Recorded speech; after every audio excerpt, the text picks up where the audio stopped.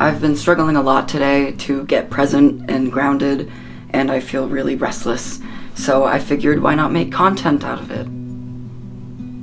So today I'm going to talk to y'all about my personal tricks that I use that help me to get grounded and present, and generally I get really stuck in my own head and a thought cycle, and it's really useful to have something in my back pocket to break me out of that spiral. I also wanted to emphasize the fact that I am not a therapist, I'm not a psychologist, psychiatrist, nor do I have a psychology degree.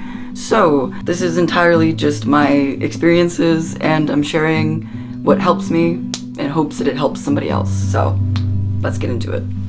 So first up is shifting your mindset. I know it sounds simple and a little too simple, but there's little tricks that I do that really help me. I don't really have a name for these because it's just what I do, but I'm gonna call it tactical nostalgia.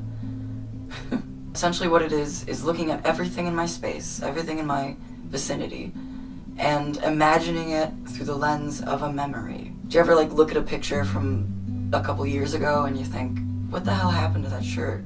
Where is that shirt? Why don't I have that shirt anymore? You'll see a picture from even longer ago and you're like, oh my god, I totally forgot the walls in that room were blue. So it's essentially using that same mindset and applying it to your current reality. What I like to do is sort of imagine a filter in my mind. Like when you look at pictures from when you're a kid, they have this nostalgia filter over them.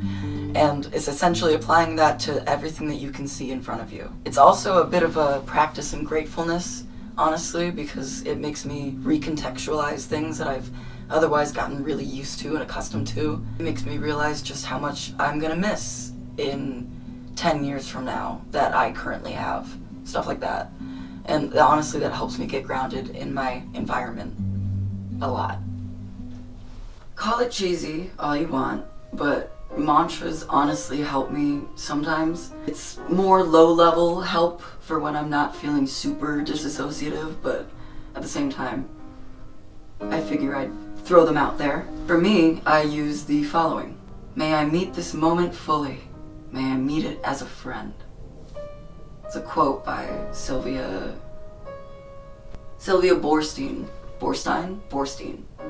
I learned this years ago and I took a meditation class, and I got so angry at that class because I did not like meditation. It just felt too sitting still and hoity-toity and stupid, and it just made me frustrated. So I'm glad that I took something out of it at least. I really like it because it just allows me to breathe and try to not judge the current moment as much as I currently am, because I usually am. Next quote is, it's not meant to be a strife.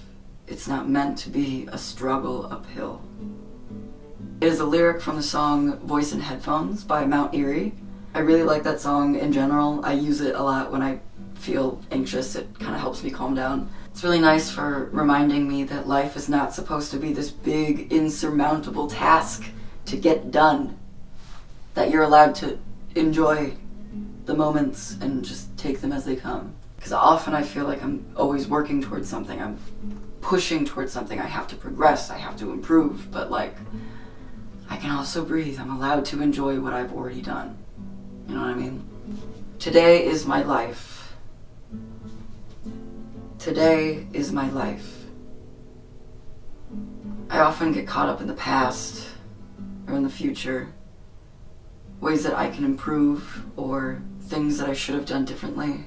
Reminding myself that today is my life and that nothing is promised. No tomorrow is promised to any of us. And as existential as that may sound, it's also true. I can't live my life off of borrowed time. Kind of kicks me in the butt and reminds me that everything that I am dreaming of doing one day, I have to start doing now. Because today is all I've technically got that I know of. It's branching from the Keats quote, life is but a day. Today is my life. Taking ownership, I guess. This next one, I can't really take credit for because I technically learned it from an episode of Midnight Gospel, but it's really useful and I like it a lot, so I'm gonna steal it. Essentially, you're just taking your hand, or if you don't have a hand, your foot, works as well. But if you do have a hand, then your hand. So you take your hand and just think about the inside of your hand. Try to feel the inside of your hand. Without moving it, without touching it with your other hand. Just feel the inside of it. Is it warm? Is it cold? Does it feel fuzzy like TV static? Or hollow? I call this one... what do I call this one? X-ray sensation. And once you're pretty certain that you can feel the inside of your hand, feel the other one.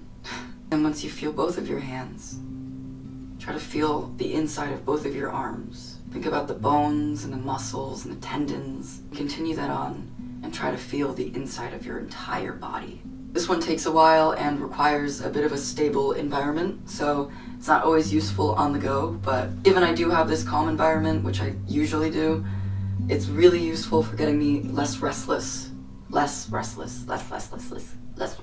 I wanted to also supply some of my physical tricks that I do in order to get myself grounded. First one I'm going to call Rev and Release. This is a classic for getting grounded. Essentially what you're going to do is take a part of your body, whether it's your face or your hand, it could be your armpit, doesn't matter, and taking all of your energy, all of your tension, and throwing it into that one part of your body. And then just putting as much energy as you possibly can, making it as tight and as full of tension as possible. Then once you feel like you can't do any more, just letting it go.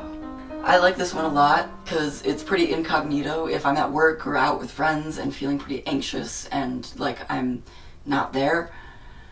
It's a pretty nice one. Oftentimes I'll feel this sort of wave of release throughout my whole body, reminding me that I'm in control of what I focus on. This next one I'm going to call Tour of Texture. It's a pretty simple one, but it's pretty effective as well. It's finding anything within your immediate vicinity that has an interesting or feelable texture to it. Just running your finger along it. But that's not it. That's not the whole thing. That's what people will often say, but I feel like there's more to it. There's more to what is grounding about it. I'll ask myself, like, where did this come from? What is it made of? Did someone knit it, like, by hand? Was it made by a machine? How old is it? How long has it been here? It really helps me slow down and not only get more connected to my environment, but also just, it stops my ruminating thoughts. It just makes it a lot easier to not spiral on whatever I was just thinking about. Honestly, after filming this video, I already feel a lot more connected to my environment and calm and non-judgmental of myself. So I really hope that this translates into being useful to anyone else that's watching. Let me know in the comments if any of these techniques that I've used you've used before and if they work well, how it feels for you. And also let me know of any more techniques that you know of in the comments below because I'm always down to learn more. Thank you so much for watching. I hope that this is at all helpful or useful to anyone. And as a reminder, one more time, I am not a therapist. Don't take this as medical advice. Just take it as it is and leave what doesn't work. Thanks for watching, and I will talk to you soon. Bye.